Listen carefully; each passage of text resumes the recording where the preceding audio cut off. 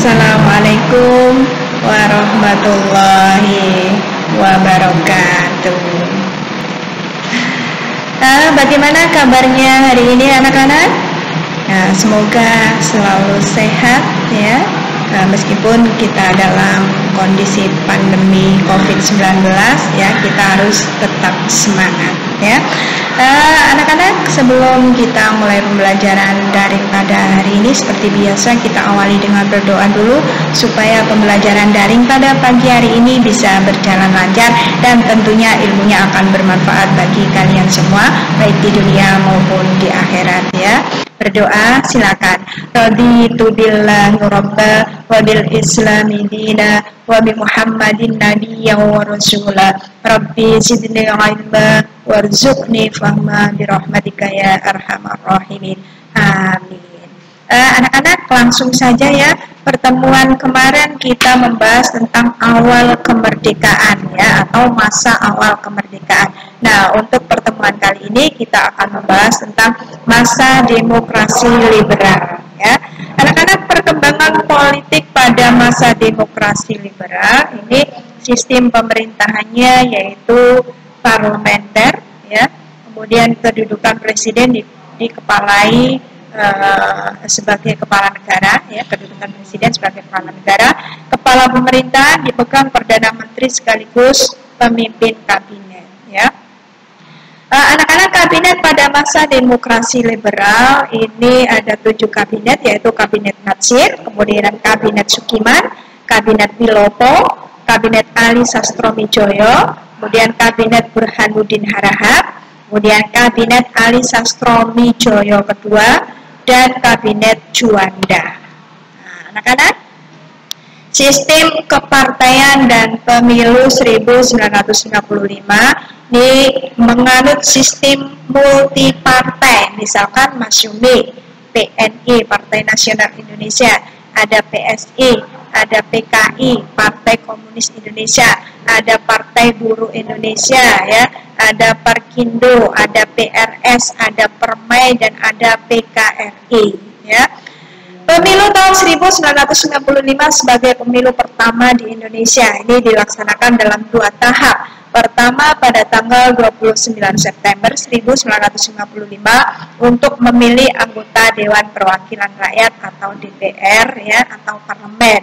Nah, sedangkan pemilu yang kedua ini pada tanggal 15 Desember 1955 untuk memilih anggota Dewan Konstituante atau Dewan Pembentuk Undang-Undang Dasar. Ini ya situasi pada tahun 1955 pada saat pemilihan umum ya.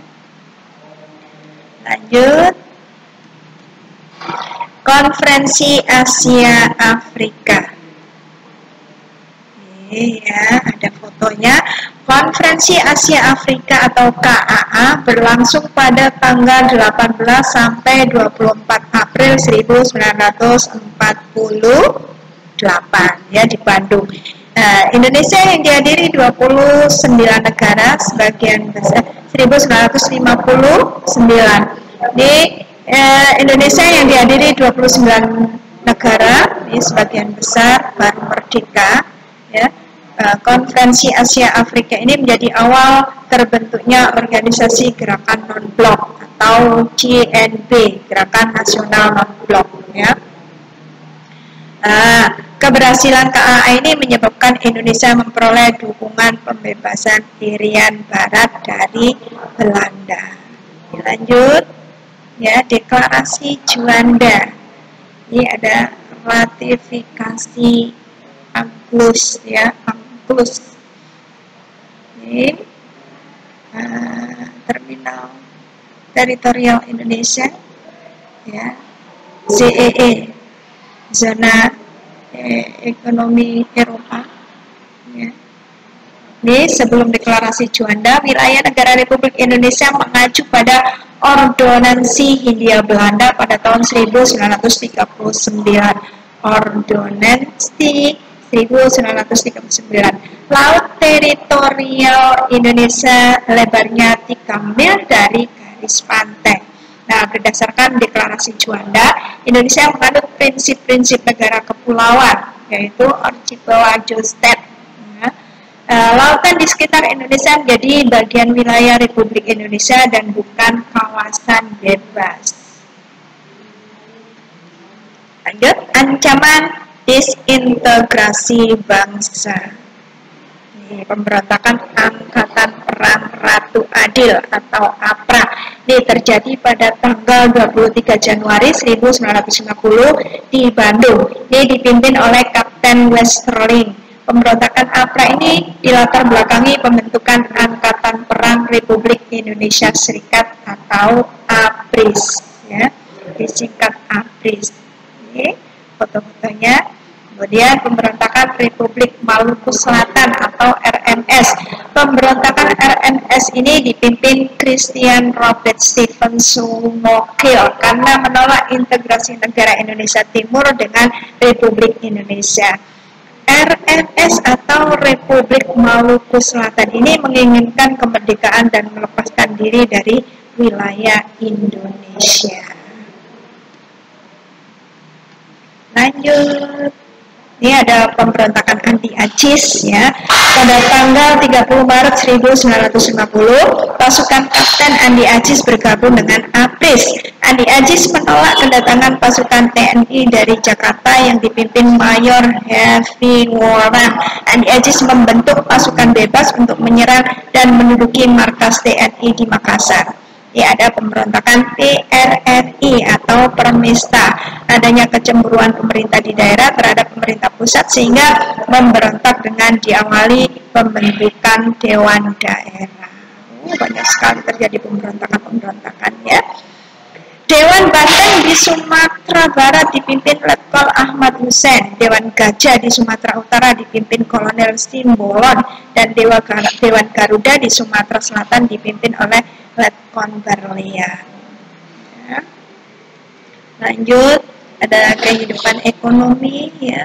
Memperlakukan sistem ekonomi Alibaba, menerapkan sistem ekonomi gerakan Banteng, menasionalisasi The Javan Chip Bank, melakukan atau melaksanakan pemotongan nilai mata uang atau senring, ya, melakukan persetujuan ekonomi dengan Belanda melalui Forum Finansial Ekonomi atau FINEC, melaksanakan rencana pembangunan 5 tahun atau RPLT, Repelita, ya.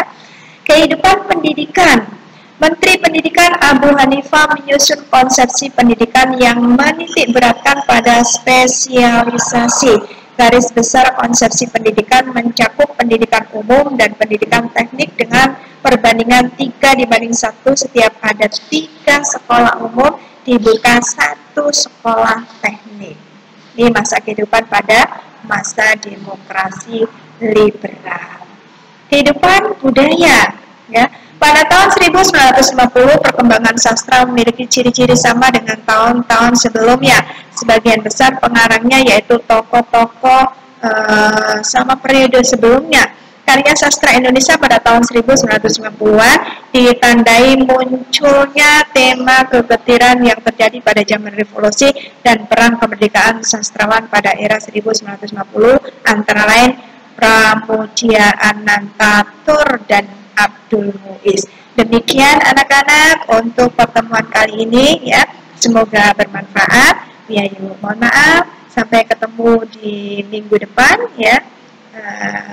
Jangan lupa membaca bukunya bab 4 masa awal kemerdekaan sampai masa reformasi, ya. Assalamualaikum warahmatullahi wabarakatuh.